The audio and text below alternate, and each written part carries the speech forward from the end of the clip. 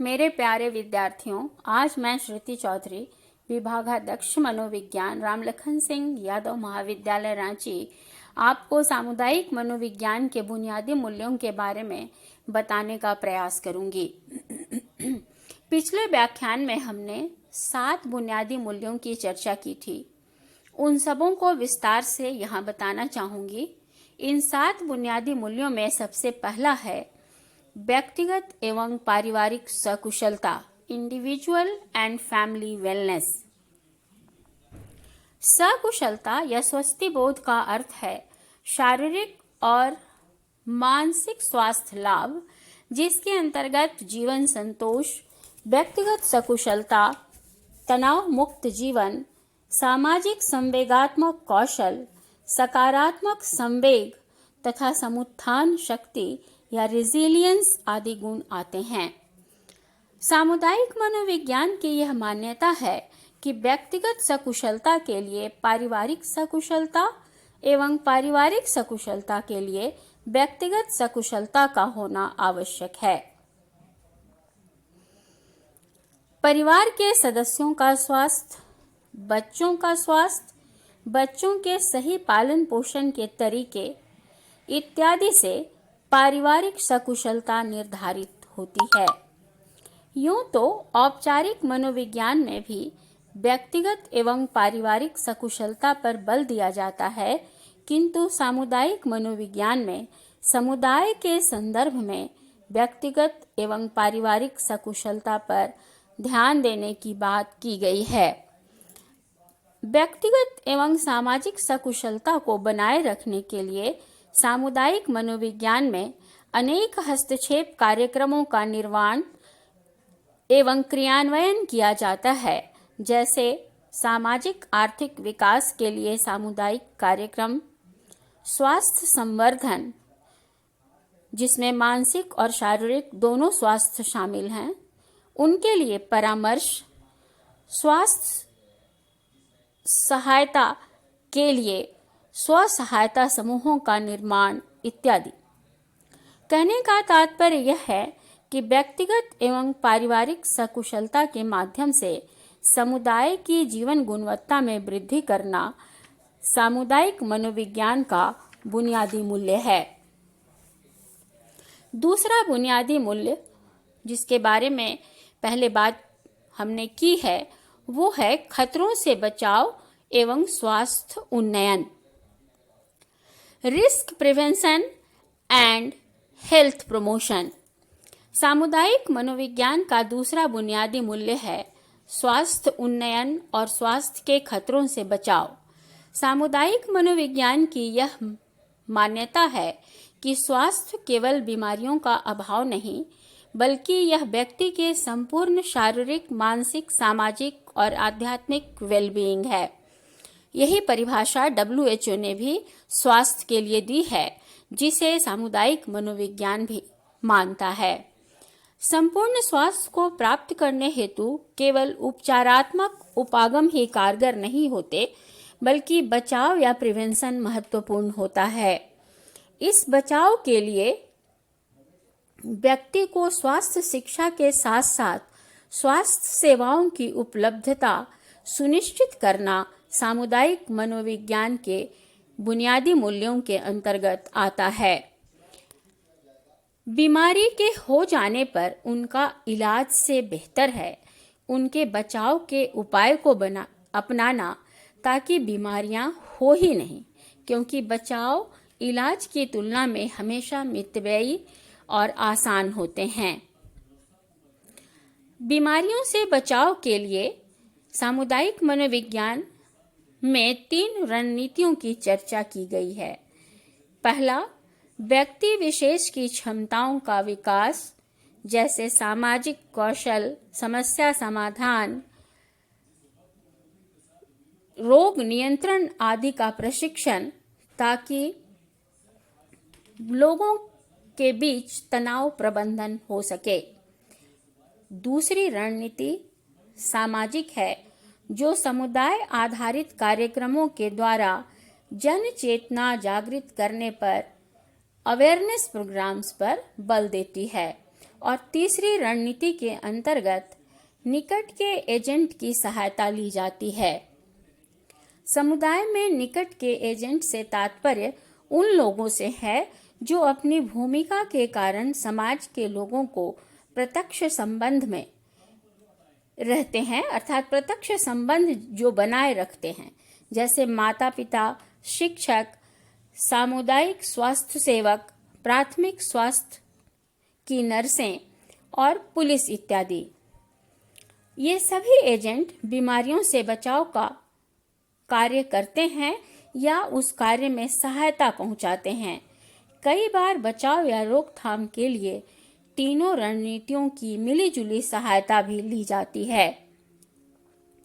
सन 1964 में कैपलान ने रोकथाम के 3 प्रकारों की चर्चा की।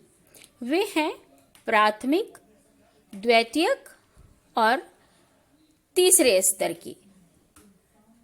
इंग्लिश में इसको समझें, primary, secondary and tertiary level.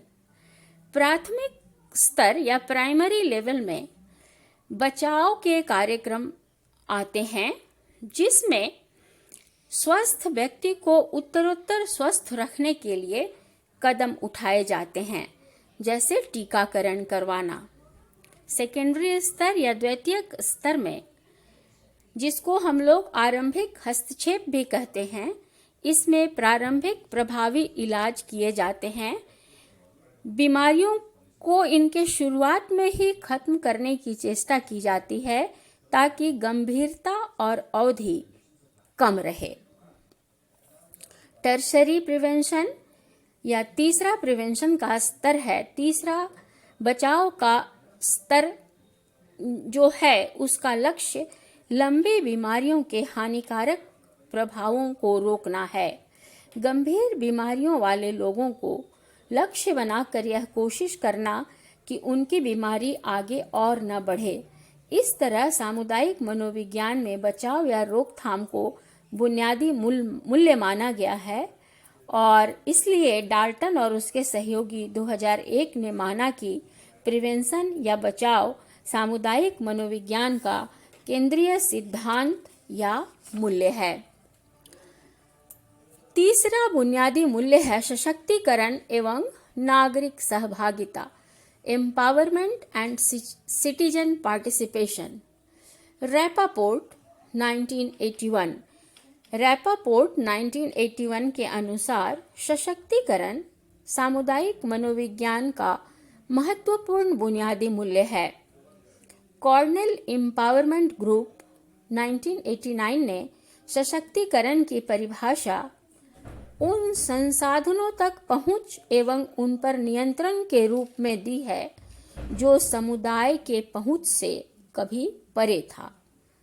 यह प्रक्रिया ऐच्छिक परियोजनाओं को लागू कर संपन्न की जाती है जिसमें पारस्परिक आदर, आलोचनात्मक चिंतन, देखभाल तथा सामुदायिक सहभागिता होती है।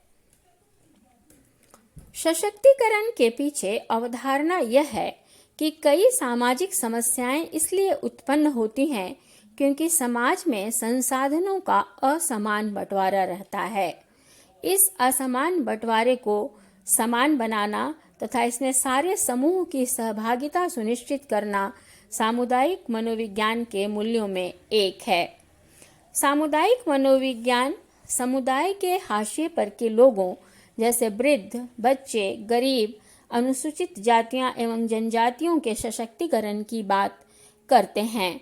सशक्तिकरण में जो बातें सम्मिलित होती हैं वे हैं निर्णय लेने की शक्ति का विकास, निर्णय लेने के लिए सूचनाओं और संसाधनों तक पहुंच बनाना, विभिन्न विकल्पों की उपलब्धता सुनिश्चित करना, व्यक्तिगत और सामूहिक कौशलों को बढ़ाने की क्षमता निर्माण करना, प्रजातंत्रात्मक ढंग से स्टिग्मा या कलंक वाले प्रत्यक्षीकरण या विचारों को बदल देने की क्षमता विकसित करना।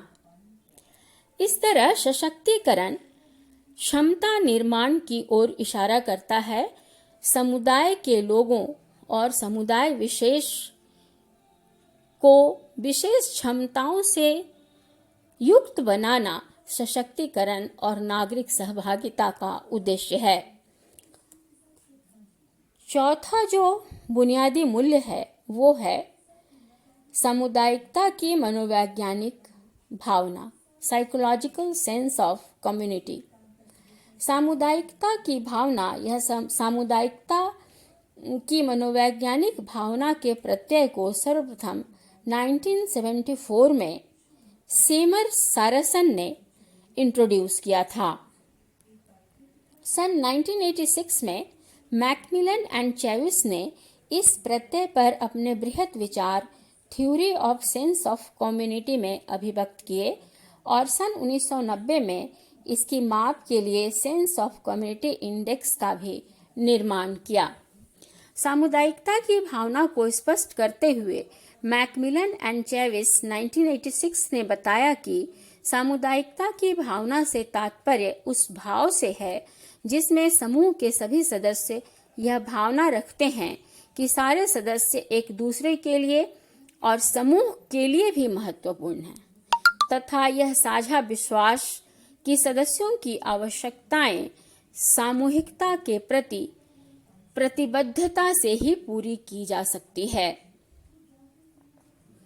अनेक अध्ययन यह दर्शाते हैं कि सामुदायिकता की भावना एवं सुरक्षा, नियंत्रण, अधिक सहभागिता, सही ढंग से कार्य करने की क्षमता, सामाजिक बंधन तथा नागरिक योगदानों के बीच गहरे सकारात्मक संबंध हैं। सामुदायिकता की भावना के 4 मुख्य तत्व बताए गए हैं। पहला है सदस्यता या मेंबरशिप, अर्थात समूह के सभी लोग यह समझते हैं कि मैं इस पर्टिकुलर समुदाय का सदस्य हूँ। संवेगात्मक सुरक्षा, संबंधन की भावना तथा पहचान एवं एक सामान्य संकेत तंत्र इसके अंतर्गत आते हैं। दूसरा है प्रभाव या इन्फ्लुएंस। समूह के सदस्य यह समझते हैं कि समूह पर उनका कुछ प्रभाव है और वे भी समूह से प्रभावित हो रहे हैं। तीसरा है समग्रता एवं आवश्यकताओं की पूर्ति, अर्थात सदस्य अपने सहभागिता के लिए स्वयं को पुरस्कृत महसूस करते हैं। और चौथा है साझा संवेगात्मक संबंध, अर्थात सदस्यों के बीच कुछ साझा सहभागिता एवं गतिविधियां हमेशा संचालित होती रहती हैं। 5वां बुनियादी मूल्य है सामाजिक न्याय एवं अत्याचार से निपटना, social justice and dealing with oppression. सामाजिक न्याय का अर्थ है equal distribution of pains and gains, अर्थात सुख और दुख का बराबर बंटवारा। कहने का तात्पर्य यह है कि किसी भी समुदाय में संसाधनों की बराबर हिस्सेदारी सामाजिक न्याय कहलाती है। सामुदायिक मनोवैज्ञानिक इस बात की वकालत करते हैं कि समुदाय के सभी लोगों के लिए समान नीति बने जिससे उनकी जीवन गुणवत्ता बढ़ाई जा सके। विशेषकर समाज के वंचित लोगों के अधिकार के प्रति यह अधिक सचेत रहता है ताकि उनके जायज अधिकारों को उन्हें दिलाकर उनकी जीवन गुणवत्ता बढ़ाई जा सके और संसाधनों का समान विभाजन लोगों के बीच सुनिश्चित किया जा सके। स्वास्थ्य सेवाओं, जिसमें मानसिक स्वास्थ्य सेवा भी सम्मिलित है, की सहज उपलब्धता समाज में एक समान नहीं है। यह असमानता कई बार मानसिक और शारीरिक स्वास्थ्य को हानि पहुंचाती है। सामुदायिक मनोविज्ञान के बुनियादी मूल्यों में यह सन्निहित है कि स्वास्थ्य सेवाओं पर सबों का बराबर का हक हो। इस मूल्य से संबंधित अन्य मूल्य हैं सहजता, समानता, आदर, जनतंत्र, स्वायत्तता और शांति। सामुदायिक मनोविज्ञान विभिन्न शोधों एवं क्रियाओं के माध्यम से सामाजिक न्याय एवं अत्याचार से निपटने की रणनीति तैयार करता है। इन 5 कोर वैल्यूज के अलावा उपलब्ध साहित्य में 2 और वैल्यूज की चर्चा की गई है, जिनमें से पहला है मानवीय विविधताओं का आदर, रिस्पेक्ट फॉर ह्यूमन डाइवर्सिटी। अगर हम इसको कंटिन्यूएशन में लें तो यह छठा बुनियादी मूल्य कहा जा सकता है। मानवीय विविधताओं के प्रति सामुदायिक मनोविज्ञान एक विशिष्ट विचारधारा रखता है। कैगन 2006 के अनुसार सामुदायिक मनोविज्ञान के भूतकाल एवं भविष्य दोनों में विविधता का महत्वपूर्ण स्थान है, जो इसे मेनस्ट्रीम साइकोलॉजी, मुख्य मनोविज्ञान से अलग बनाती है।